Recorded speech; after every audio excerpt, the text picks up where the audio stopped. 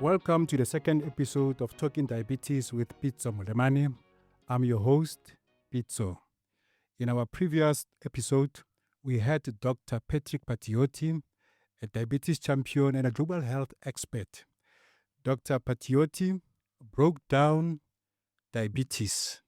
He explained in the simplest terms type 1 diabetes and type 2 diabetes. What doctor told us is that we have to be very, very, very knowledgeable about these two types of diabetes. He also gave us more information, but very importantly, he told us about the power of acceptance. You have to accept that you are living with diabetes so that you can beat this disease. Today we tackle a very crucial weapon in fighting diabetes: diet. Food. Let's welcome registered dietitian Sister Musiwa IC Netenge. She specializes in food. She's our food expert today. Welcome, sister. Thank you so much, Pizzo. It's Netengwe. Netengwe. Okay, Yes. I got there. Thank you so much. Thank you so much, Musiwa. Musiwa, in brief, tell us about yourself. Okay, Pizzo. So thank you so much. Actually, I'm excited to be here that we're talking about, diabetes. And about myself is Musiwa Aisina Tengwe is a girl from Limpopo, Tengwe, Tondoni, Venda. That's where I'm originally from. And then for me to obtain my degree in dietetics, I obtained it at Sefako Makhado Health Science University. Nice. And I also have a Bachelor of Science honors degree. And currently, I'm in private practice, so I'm an independent practitioner. I'm practicing from Dagaro Medical Center, which is in Kempton Park, Glenmoray's. And then the other practice is based in Vodacom Vodaworld in Midrand. Thank you so much. You talk about the practices, and then people living with diabetes are only interested in food. How are you connected to people with living with diabetes? Do you see a lot of people living with diabetes on daily basis? Do you help them with the food, the diet that they must eat? Do you see a lot of people coming to you with diabetes, the sugar levels, reaching 25, 28, 29? Mm. As long as you eat, I have to see you. That's the awareness that I need to bring to people, that when they think of a dietitian, the first thing they think about is weight loss. And they think about restrictions, that we're going to say, don't eat this, the do's and don'ts. But when it comes to diabetes, I do see a lot of those patients actually. Being a dietitian, just to make you understand, is that you also work in a multidisciplinary team, because at the medical center, there is a doctor there. So now after you are diagnosed, obviously the doctor has to refer you to the dietitian so that we can give you, information, awareness, insights in terms of your nutrition. Yes, so absolutely, I do see them a lot, because every single day a person is being diagnosed with diabetes. Indeed, Musiwa,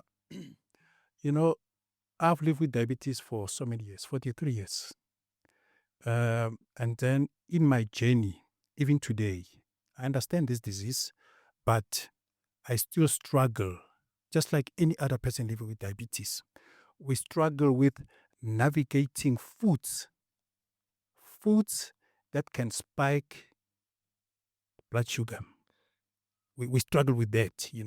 Maybe explain to us which foods that we eat on daily basis. And we buy this food. We eat them on daily basis, but they spike our sugar level. So with diabetes, I'm glad you asked that question, because in terms of nutrition is not just a one size fits all. We don't have a specific diet or meal plan. And I want to erase the word diet, because immediately you think of restriction. So let's call it an eating plan. So there is no specific eating plan to say Pitso, here it is. And then the next person comes, Lerato, Moofe comes in, and then I give them the same eating plan. No. What we do is that we ensure that the eating plan that we're going to offer you, it's practical, it's sustainable, and of course, it looks at reducing your sugar levels. So when we speak about that, we talk about carbohydrates. Carbohydrates, to put it in simple forms, it's starch. So starch is the one that is responsible for causing that blood sugar spike, meaning khori, it's going to increase in terms of when you eat the starch, it's going to increase your blood glucose. That's when we test, we find the reading that it's either 25, it's either 30, some it's 15. So now the types of carbohydrates are important because we have different types. I'm going to use it and explain it in simple terms. You have the white starches, you have the brown starches. So the white starches are the ones that cause that immediate spike. And then you have the brown starches. The brown starches, because it's your whole grain, your brown pap, your brown rice, those ones are slowly digested and then they don't cause a spike, like shoot up as to compare to the white ones. So they are absorbed slowly and then they just increase just a little bit and then go down, increase. So we're looking at something that is not going to cause a rapid spike. Yes. Wow, quite interesting. You mentioned something very important, the white starch. I assume white starch, we find it in foods like a white pap, white rice, dumpling, samp, stamp, as we know it that way, and white bread and likes, these are the stable food. We grew up with this food. And sometimes as dietitians, you're telling us to say, no, pizza, stop white pap, stop white rice, And I just want to find out as to, can we still have them if in portions allowed, but what other food items can we take them with?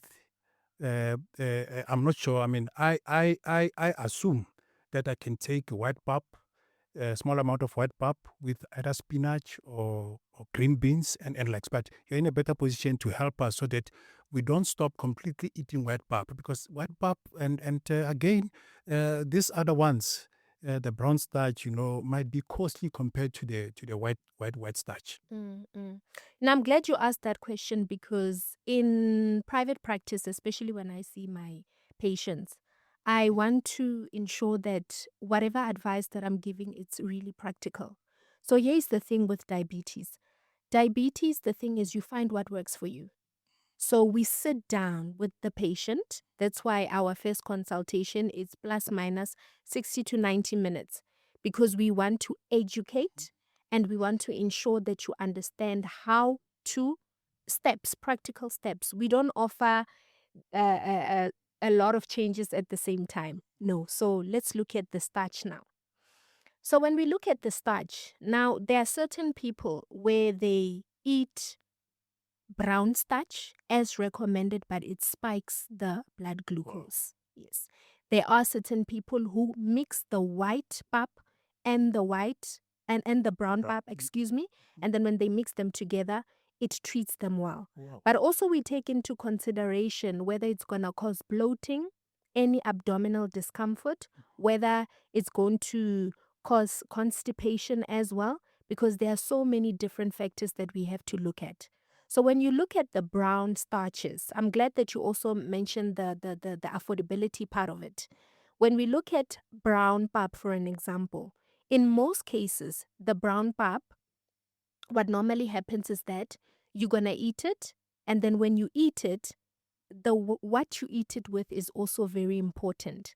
So we look at a plate model, a balanced plate model. Okay. So with your pap, the brown one, there has to be a protein. There has to be fruits and vegetables. Or, putting it in practical example, a plate is round.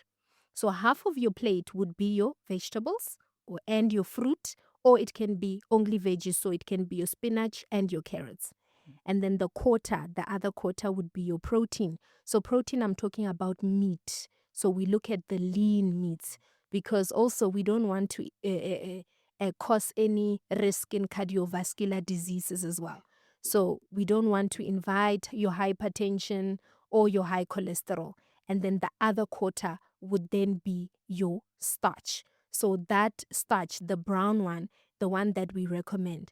So according to research as well, it has showed that when you start eating protein and then you come with the fruits and vegetables and then you end with your starch, that one can cause stability in terms of the blood glucose. Let's repeat that. Let's repeat that. So according to research currently is that if you start with your protein, meaning your meat and then your vegetables, and then you finish off with the starch, it doesn't cause the blood glucose spikes. So now it's very important that every time you eat that starch, you pair it with a protein and a vegetable or otherwise a fruit. Wow. Mm. Quite interesting, eh? Quite interesting. Thanks for that knowledge. I was not even aware of that, but thank you so much for that. Most of the time, most people, are approaching me, different platforms where we communicate, and they find it difficult when they wake up to navigate or to choose the breakfast that will not spike the blood sugar. I'm not sure, are there any recommendations or different options of breakfast meals or meal plans that perhaps people can consider? So with that one, yes, breakfast is the most important meal of the day. With that one, also very practical because remember we spoke about how the carbohydrates or the starch are the ones that actually cause a blood glucose spike. So ideally, when you wake up in the morning, it's either because you have fasted when you were sleeping. So depending on the type of, it's either type 1 or type 2 diabetic. Depending on which type, certain people do go to a hypoglycemic state, meaning that your blood glucose is going to drop because you've spent long periods of hours without eating. Yes. So we don't want a situation where you wake up in the morning and then when you eat the high carbohydrate meals, it increases, it causes a spike. So now what I recommend with most of my patients is that have a high protein breakfast. A protein breakfast, because remember, protein doesn't cause sugar spikes compared to the carbohydrates. So practically, we can look at eggs. You can either make eggs with mushrooms, with either a spinach or peppers. You can either make it an omelette or you can just add eggs and avocado. And then try to avoid instant porridges because they have a lot of sugars in them. Your cereals, toast, for an example, or bread, and then you pair it with honey, you pair it with jam, because that can also cause a spike. So looking at also with the plain yogurt.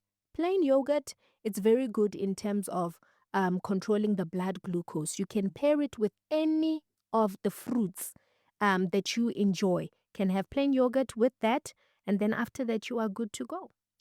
Quite interesting, eh? So now, as people living with diabetes,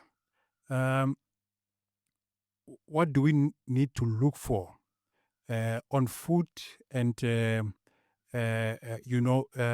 nutrition labels when we shopping, when we are doing grocery? Is it important to look at the labels, the ingredients of different types of food, especially looking at carbohydrates as well as other ingredients that will help us when we eat this food? They're not going to spike the blood sugar. As part of the consultation room when I'm with the patient, that's what we talk about as well.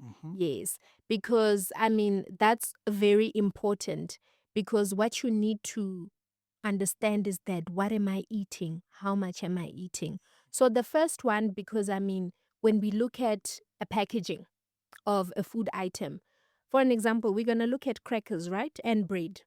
So the first thing they're going to list is carbohydrates. So the carbohydrates, it means that there are sugars in it.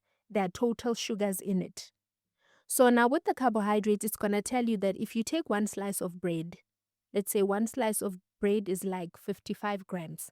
it's going to be written on that table. So it's going to say per serving. Okay. And then it's either going to write 50 gram or it's going to write 1 slice. You get me?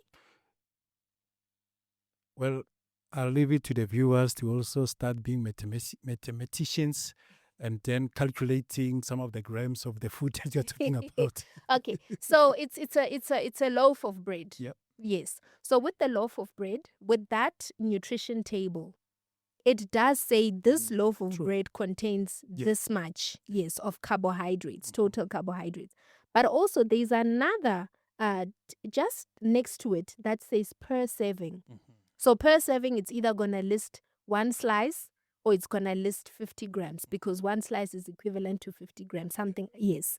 So now it's going to list, these are the total carbohydrates in that 1 slice. That's what it's going to list.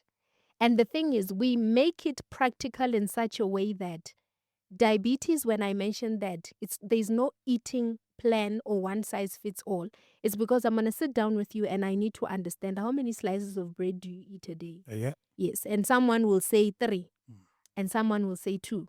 So if the packaging says total carbohydrates, it's 100 gram for an example, for 1 slice. So if you're eating 2 slices, you say times 2. And then it's going to be 200 grams. Oh, Yes. Yes. That's very, very, very, very important. You see, consulting a dietitian.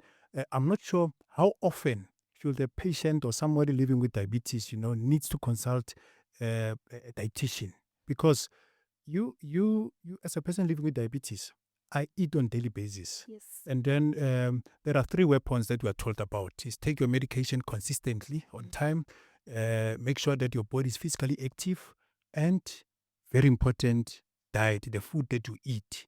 Now you're eating every day, but you might be eating food that you think that they're helping you, only to find that they're not helping you because you're on your own there. So practically, how many times a month should one consider, consulting with a dietitian coming to you? So with me, I tell most of my patients is that for as long as you don't understand, avoid social media, avoid your neighbors, avoid ChatGPT. Come back to me. Because remember, the plan is personalized. It's not a plan where you can take and share with every single person. So I teach you up until you understand, so that you know that on your own you are able to apply those practical steps.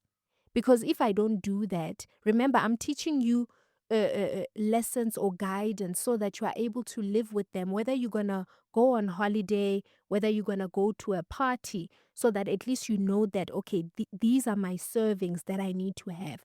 And also just to make you aware, Pitso, is that part of the work that we do as dietitians, especially when it comes to diabetes, is carbohydrate counting.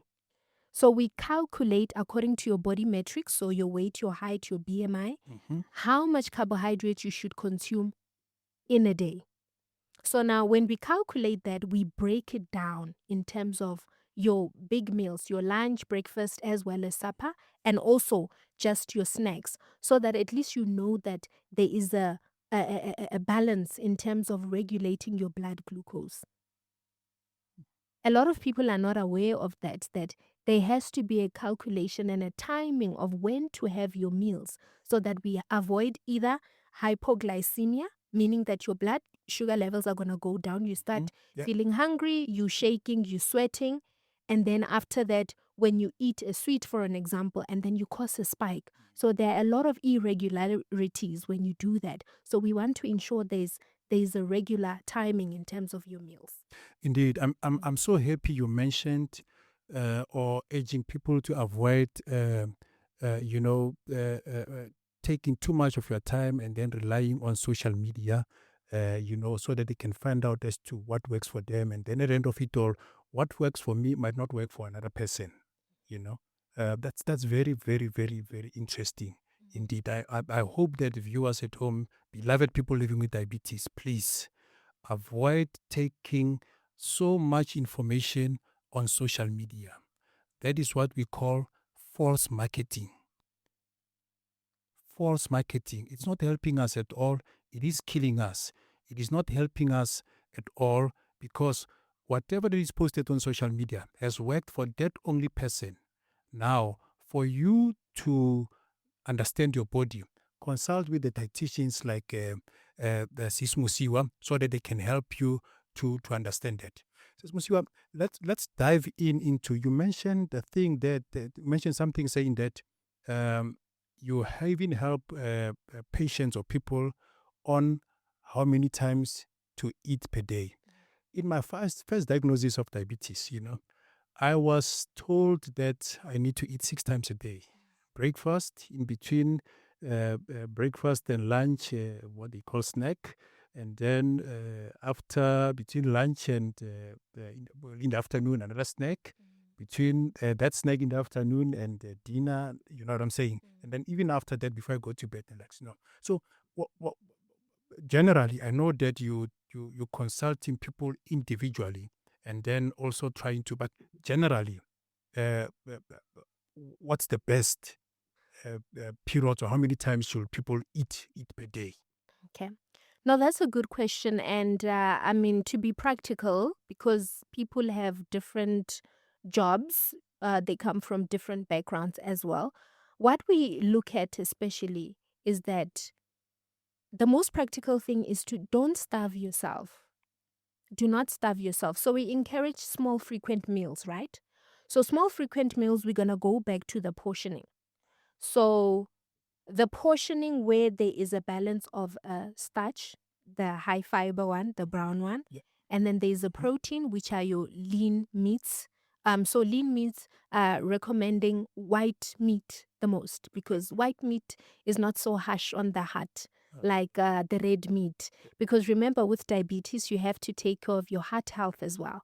So we don't want to be inviting your hypertension, high cholesterol. So we're trying to avoid all of that, because prevention is better than cure. So we look at the white, the fish must be there, the chicken must be there, take off the skin, the lean cuts, and then your fruits and vegetables. So you can have that to nourish your body. The most practical way is that don't have large portions, because when you have large portions, especially when it comes to also the starch part of things, then if there's too much starch, it causes a spike. So there has to be a balance of a half fruits and vegetables, quarter protein, and a quarter your starch. So now, when you divide your meals every 2 to 3 hours, that's what we recommend.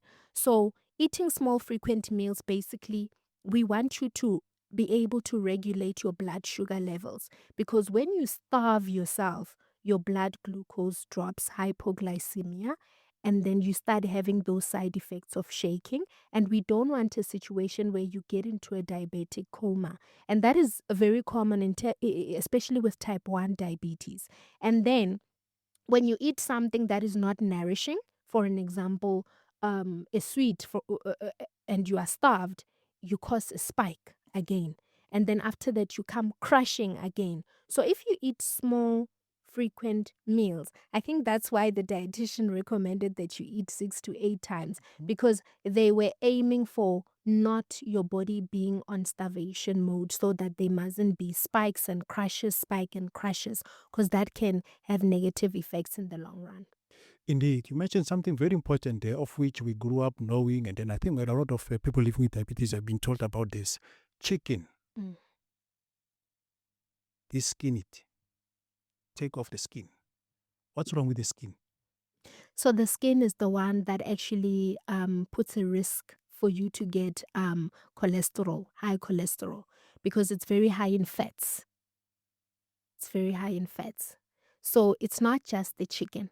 So even if there's pork, if somebody you eat pork, that fat, and also with the red meat. That nice fat of pork. Yes, a lot of my patients actually do say that. And with the red meat as well, the fats, it's important to trim that off, because we don't want a situation where there's too much fats, and then after that, there's a high risk of cholesterol. Indeed. Can we still enjoy the cultural favorite food, our favorite food, while we're living with diabetes? But also mentioning the fact that, sometimes most people living with diabetes are told not to eat sweet sugary food, food with sugar, and likes and likes, because of diabetes is related to, it's called the sugar disease, sugar diabetes.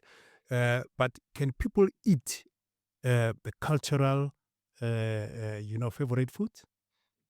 That's also a great question. I come across that a lot in, in my practice. And I always take people back to, back in the olden days, how we used to enjoy. I remember at home, moroho, derere, mashonja, Indeed. those are some of the cultural foods.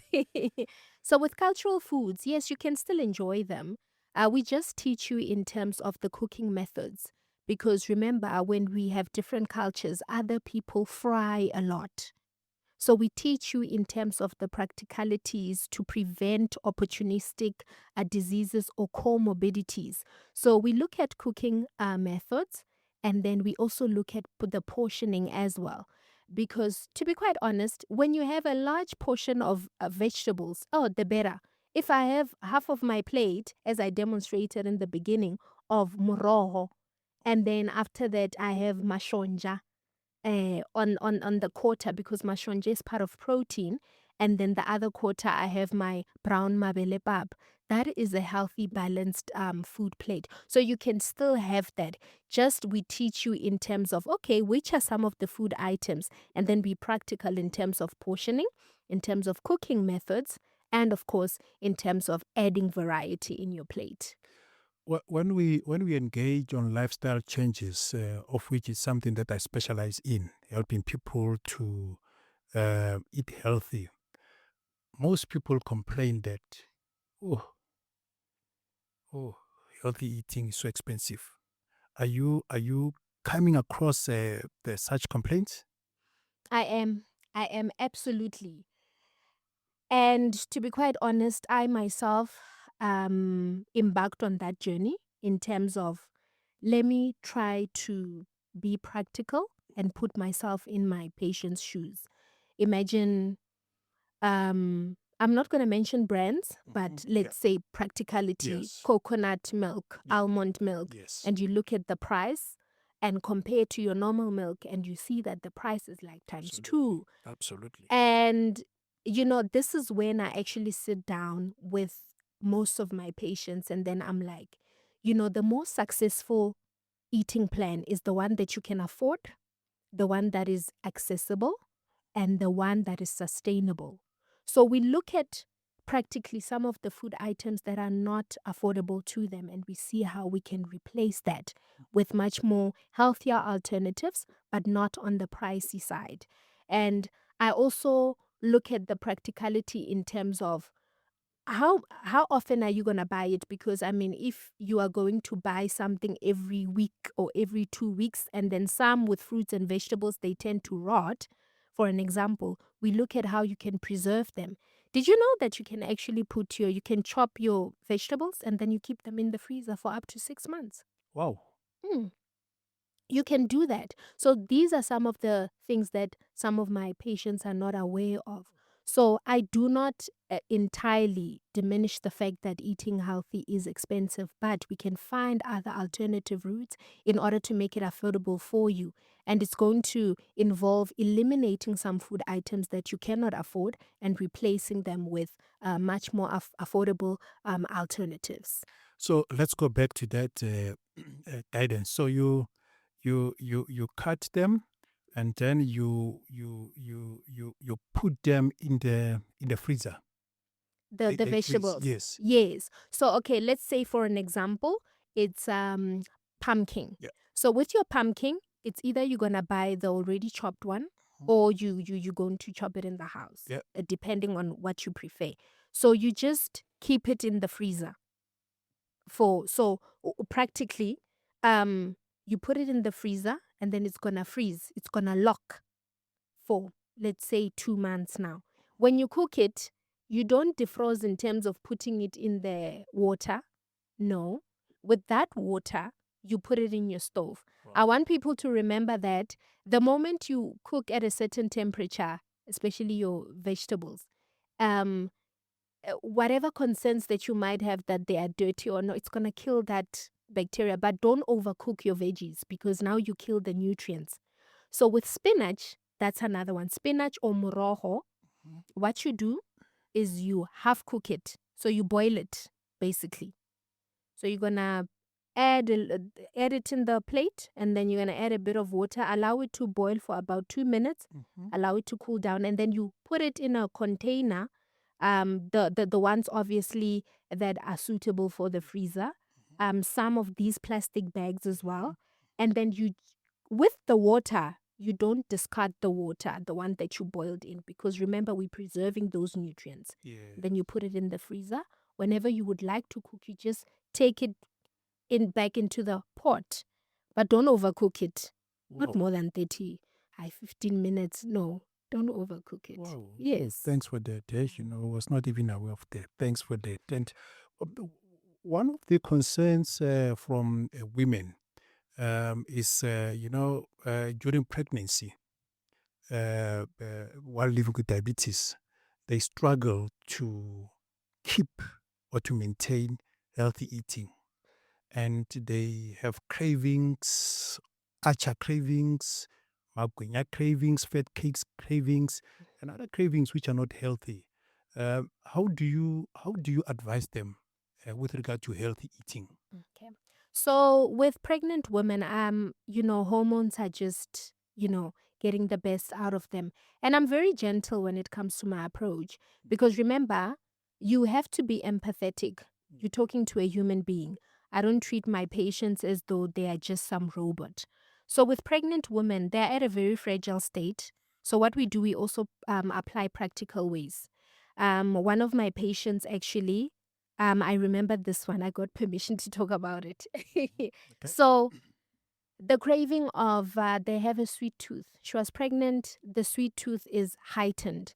So now one of the practical things is that, remember, when you completely cut off something, or something that a patient enjoys, it creates a trauma response. So what we do is that, okay, you're craving cake, for an example. The advice is don't eat that cake on an empty stomach. Because when you eat it on an empty stomach, it's going to cause what? Sugar spikes. So how about you have a balanced meal? Like you're going to have your protein, you're going to have your starch, and then you're going to have your vegetable. And then after that, remember portioning. You don't have to have the big slice of cake, but you can have a small size of cake so that you at least, feed that craving, but you feed it in a healthy way.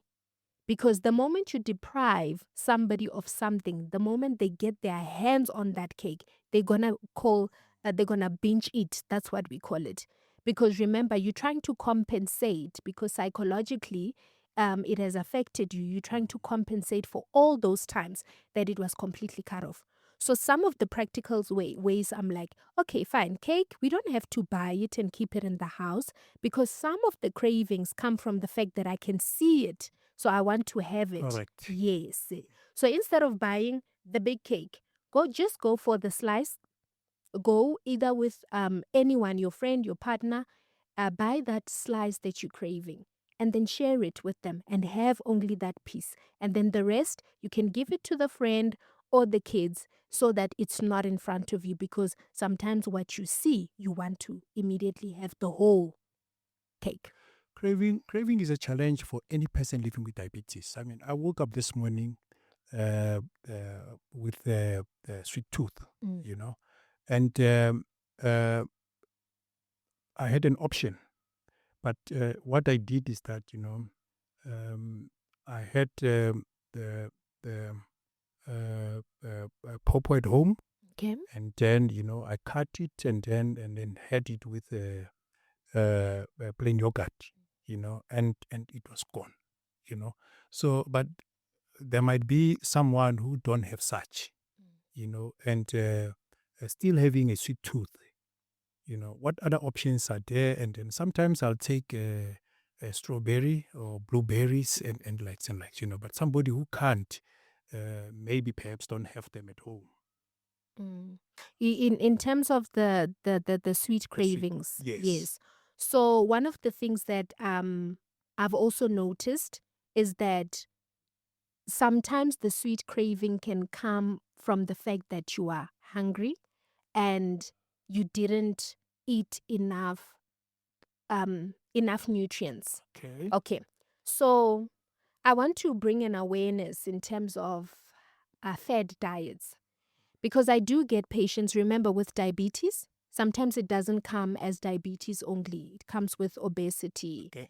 It comes with your HIV and AIDS. It comes with hypertension, cholesterol, as I've mentioned. Comorbidities. Yes, those are comorbidities, yes. So one of the things that I've made my patients aware of is that let's call it what it is. Don't say this thing. It's diabetes. Yes. Let's call it diabetes. Let's call it obesity, because it does come with that. And you find that a patient now is trying to lose weight. So now they follow fed diets. I'm completely going to cut off starch because I have diabetes and I am obese. So starch is the one that makes me gain weight. But then you don't realize that the moment you cut off something, or micronutrients, because you have micronutrients, the small ones are the fruits and vegetables where you get your vitamins, your minerals, and then you get macronutrients, where it's your protein, your carbs, and fruits and vegetables. So now the moment you cut off one thing, it creates an imbalance. Because remember, carbohydrates are there to support your body with glucose. So glucose is also, you're human. You have to walk, you have to exercise, you have to think. So that glucose provides your body with energy. So that glucose provides your brain with energy so that it's able to think, it's able to function. So the moment you completely cut it off, then now there's a deficiency. So now what happens? Your body does not have that glucose. You start craving anything that is sweet because you're craving that glucose. So in most cases, you find that you just grab anything that's in front of you, the chocolate, the sweet juice, anything that is sweet so that you can satisfy that craving. So now when we talk about fruits and some of the practical things you can grab on, make sure there is a balance. Your plate is balanced, meaning that it has to have the carbohydrates, the protein, and the fruits and vegetables, so that when you have those cravings, it's normal cravings. It's not an abnormal kind of craving, because now your body is communicating with you. So you can grab on. Some of the practical things is that a cracker, whole wheat cracker, or just to avoid brands, a whole wheat cracker. You can pair it up with an avocado or a cucumber, and then you eat it. You can pair it up also with one of your favorite fruits. Even if your favorite fruit is an apple, you can eat that. Because I've had patients who say that I'm not allowed to eat apples, I'm not allowed to eat bananas, I'm not allowed. I'm like, no, you can. Because I think maybe we might talk about this moving on, but let me just bring awareness. There's natural sugar. Natural sugar comes from fruits. So that sugar is a natural kind of sugar that comes with fiber, with vitamins, with water. So you need it. It doesn't mean that when you have fruits, it's entirely wrong. No. Maybe you mentioned that because I've seen a lot on social media, some of the self-appointed experts, giving different types of fruit, saying this spikes sugar level, like banana. They will say banana and watermelon, they do that. And then also saying that we've been told a lot about a green apple, we need to eat green apple and next. But let's dive deep into the fruits, can the fruits spike sugar levels? So now remember when I spoke about not eating on an empty stomach anything that is sweet. So when it comes to fruits, remember when you eat the fruit, you're not eating the fruit out of hunger. That's one thing. That's one of the things that I advise. Because practically, when you eat a fruit, after a couple of minutes, you will still be hungry. So now I'm going to take my watermelon for an example because it's very sweet. Yeah. Let's say I've had a tuna sandwich, for an example. And then after that, I have my watermelon. Because also, remember the taste buds of people are also different. If it's too sweet for you, pair it with plain yogurt. Yeah. And then if you can't pair it with plain yogurt, I also encourage that they freeze the watermelon. You can freeze the watermelon, especially in summer, during the summer season.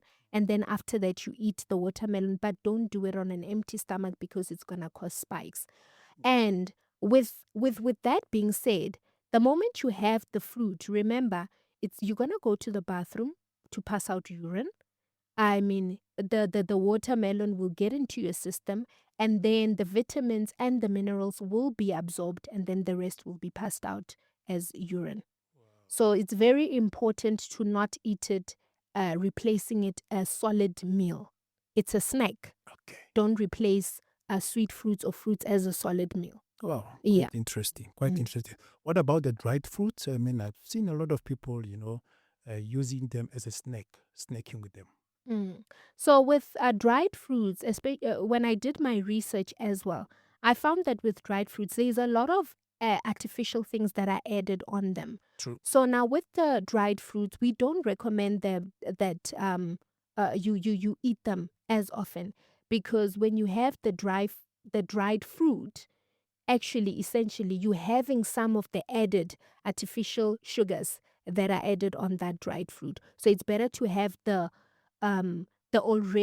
natural form of fruit, because when something is manufactured and some of the things, it's in its natural form, it's stripped away in order for it to be preserved the longer shelf life, then it means that there are a lot of things that are added into it which can pose health risks to your already existing diabetes. Yeah. Let's talk about the simplest drink ever that is my favorite, water. When is it the right time to drink water? How often? Because there are this suggestion that when you wake up, try to have a glass of water before anything, but how consistent, or when is it allowed to drink water when you're living with diabetes? As to be quite honest, there's no restrictions when it comes to water. I mean, when you feel thirsty, drink water. With water does not have a problem. I think people already put a label to say have at least 5 liters, have at least this, that. No. So one of the practical things that you need to remember is that, especially during the winter season, people drink tea, people drink coffee, and then people are going to drink water. So some of my patients, when they come in, they say, I love tea. I drink my tea without sugar. And then how many liters of water should I have? Remember, in the tea, there is also water. So it goes back to, water is not a one size fits all to say we must all drink 2 liters or 5 liters of water, because you're still getting the liquid from the tea that you're drinking. If you're going to drink 3 cups a day, and then after that, you're going to drink your 1.5 liters of water. And also remember, during the winter season, you don't sweat as much as you would during the summer, also depending on how often you exercise. So with water, I don't have a limit to say only drink 1 liter. The more, the better. I'm receiving so many consent regarding alcohol. People living with diabetes want to know if they can still drink alcohol.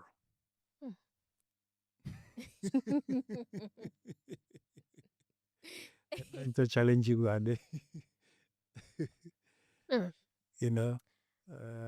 don't know. And then even if, how does alcohol, let's put it this way. How does alcohol, impact blood sugar? How does it affect blood sugar? Does it affect blood sugar? It does. I paused there for a while, because remember, when you give people the green card, sometimes they just overdo it.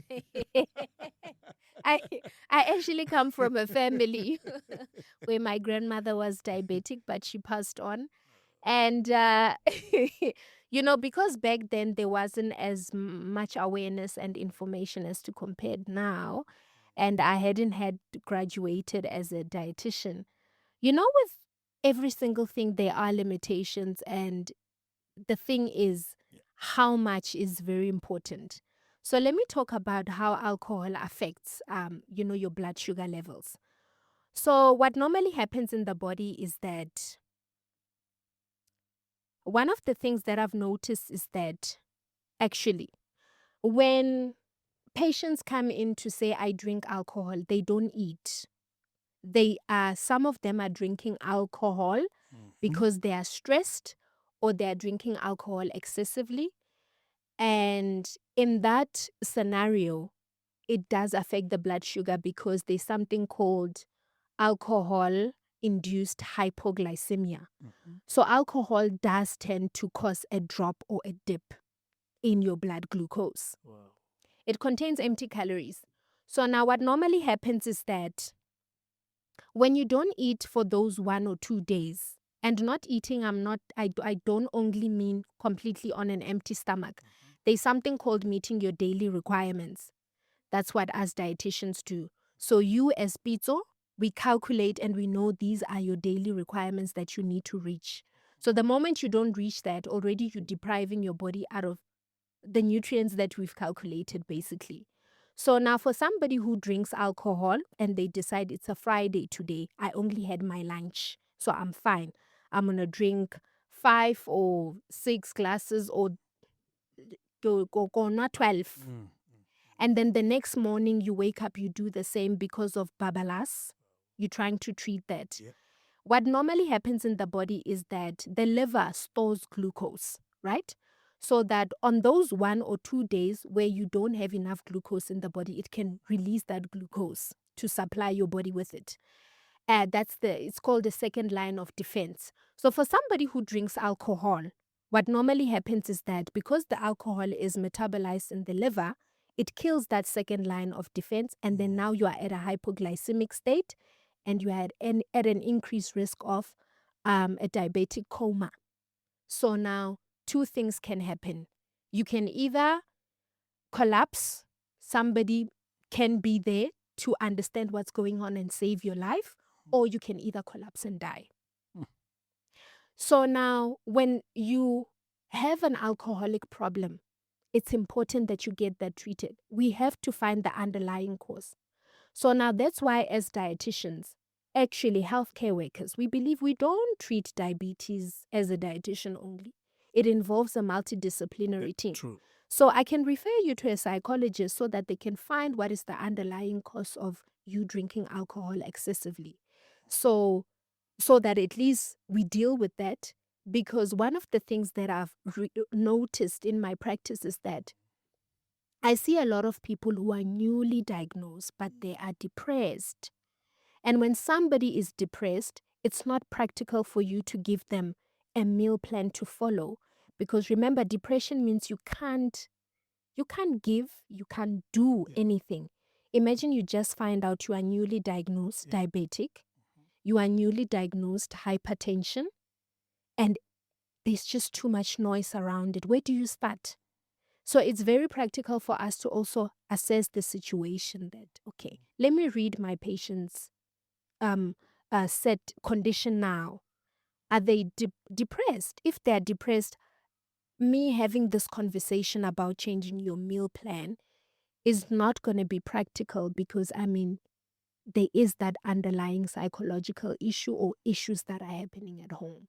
Indeed. I couldn't have said it much better than you, There's this also a concern,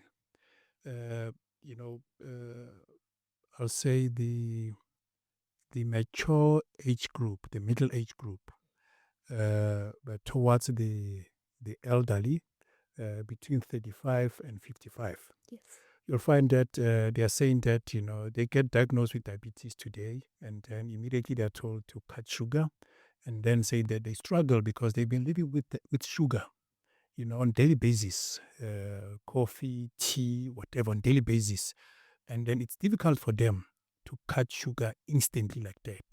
And understand when a doctor says cut it, because the doctor can see that they foresee complications. It might have damage, because, diabetes can be in the body for 10 to 15 years without showing any signs whatsoever. Now, when the doctors urge them or advise them to cut sugar, they find it difficult. What advice can you give them? Mm. You know, with newly diagnosed, especially the elderly, that one is very painful because I mean, it's a habit that you've had for the longest time.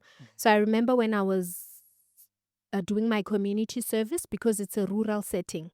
So, a rural setting, you can imagine that for them to see a dietitian, it's once a month. So, I remember what I used to do is, Mama, what is it? Or Papa, what is it that you mostly ke rata ntho tse sweet, ke rata le drinky ele, cool drinky ele. True. A ke kgone ho The itlohela. famous one. Yes, the famous one. So with them, I give myself time to actually educate them, and I want to also make people aware that the moment you find out that you are diabetic, newly diagnosed, it's important to see all the different specialists. So your doctor will diagnose you, go to the dietitian, first line, because we eat every single day. The doctor will obviously um um refer you to the dietitian. So when we get there to the consulting room, I look at what is the biggest thing that you struggle with. So we come up with a method called cutting down. So if you are so used to having that particular food item 6 days a week, to be more practical, we eliminate gradually. Eliminate, let's say now let's have it 4 times. If you are so used to having that specific food item or the sweets, 10 sweets for an example, let's cut them down, Mama, to now 4 sweets. So we take it in a gradual approach, because remember what I said at the beginning, when you completely cut off, it creates a trauma response. Yeah. So to do it gradually and one step at a time, that is how I am able to at least get them to to change their habits, because the same way it took years for you to live with this habit, it's going to take time for me to actually, change your ways. That's why it's important to see the dietitian more often. One visit is not enough. Indeed. Due to time constraint, let's recap on this interesting topic of meal plan, not diet, as you mentioned it. What will be the best advice, summarizing everything that we said? Food that, our beloved people living with diabetes, and this is not only for people living with diabetes, everybody wants to adopt a healthy lifestyle. What food should they cut or reduce, and then what food should they eat more? Okay. So the food items that you should reduce or cut is mostly the sweet foods. Yeah, that causes a sugar spike. So we're looking at your sweets, your cool drinks, your cakes. We're looking at, yes, the jams, the honey, because some people replace tea. They say, I'm going to add honey. So those are some of the food items, and the white starches, as I mentioned, because the white starches, the pap, the rice, the pasta, those ones can cause spikes. So the tip that I'm giving you is that let's look at whole grain. So that will be your whole grain bread, that will be your brown pap, your brown rice. But also, because we spoke about the affordability, it's very important for you to go consult a dietitian so that they give you practical ways on how you can approach this. And remember, it's important to have a balanced food plate. So that would be half of your plate, your veggies, or a veggie and a fruit, and then the quarter would be your lean protein, more especially the white meats. So your chicken, your fish, and then your red meat in moderation. And then the quarter of it will be then the starch, which is the whole grain now, the brown pap, the rice, and the whole grain pasta. And then after that, it's very important for you to have your fruits and vegetables. We recommend at least 6 servings per day. So what I mean by that is that you can have 3 fruits per day, and then your lunch, your supper, just make sure that you have at least your vegetable according to the balance plate model. Yes. This has been an insightful conversation. Thank you so much. How and where can people get you or reach out to you? So you can reach out to me first of all. I'm at Dakaro Medical Center in Glenmarais, Kempton Park. So you can just type it and then the Google will show you where the practice is and the number is there. Or you can reach me at Vodacom VodaWorld in Midrand. Otherwise, you can send an email at dietitianic@gmail.com. I'll just have it put down below so that you can get a hold of me. And then you can book your consultation. And remember, a consultation is 60 to 90 minutes because I would like to offer practical advice and sustainable advice, affordability as well, on how you can manage diabetes. And remember, call it what it is. It is diabetes. Let's remove that stigma so that you know how to live with it, how to manage it. I mean, Pitso, you've lived with it for 42 years. And since you can do it, I believe anyone else can also do it with the proper guidance, with the patience. And let's remember that as healthcare professionals, we are the first line of information, and let's deliver information with empathy and sympathy. Indeed. Do you accept medical aid or is it only cash? I do accept cash and medical aid. And the most important thing also to bring people away is that call your medical aid. People are also not aware that the medical aid does give you the opportunity for you to see a dietitian. Call them, find out in terms of visitation. I think one of the challenges that we do experience is that some people say medical aids only allow them to see one dietitian visit. And to be quite honest, one dietitian visit is not enough because you can't make changes with just one visit. So we have to see you up until you are able to independently carry yourself. Indeed. This brings to an end of our today's episode. Thank you so much, Musiwa, for joining us and then for the insightful information that you've given us. I hope that our viewers at home there, they will indeed learn a lot from this. Yes, indeed, you can live long with diabetes, provided you follow all the tips, guidelines, but food is very important. Thank you so much. Thank you, Bidzo.